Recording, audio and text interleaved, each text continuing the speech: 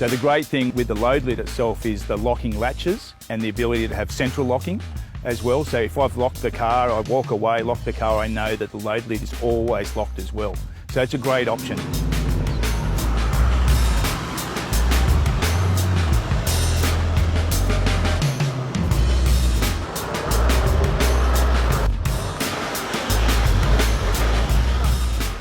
We've often run back in to get a bit of material, a bit of supplies, some food, and I could just be confident of locking the car, the load lid's locking itself, and everything's secure and I don't have to think about it again.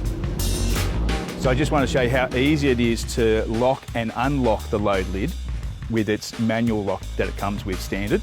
So it's a simple quarter turn and back for the lock, and it's then a quarter turn and back with unlock. So now it's unlatched, ready to open. So it's a one-handed operation. You just do that once and then you can push it up. So one of the benefits of the optional central locking is that it taps into the car's central locking system. So we have a specially made harness that taps into the wiring. You're using the same fob that you would for the car. If you lock the car, the lid's locked. If you unlock the car, the lid's unlocked.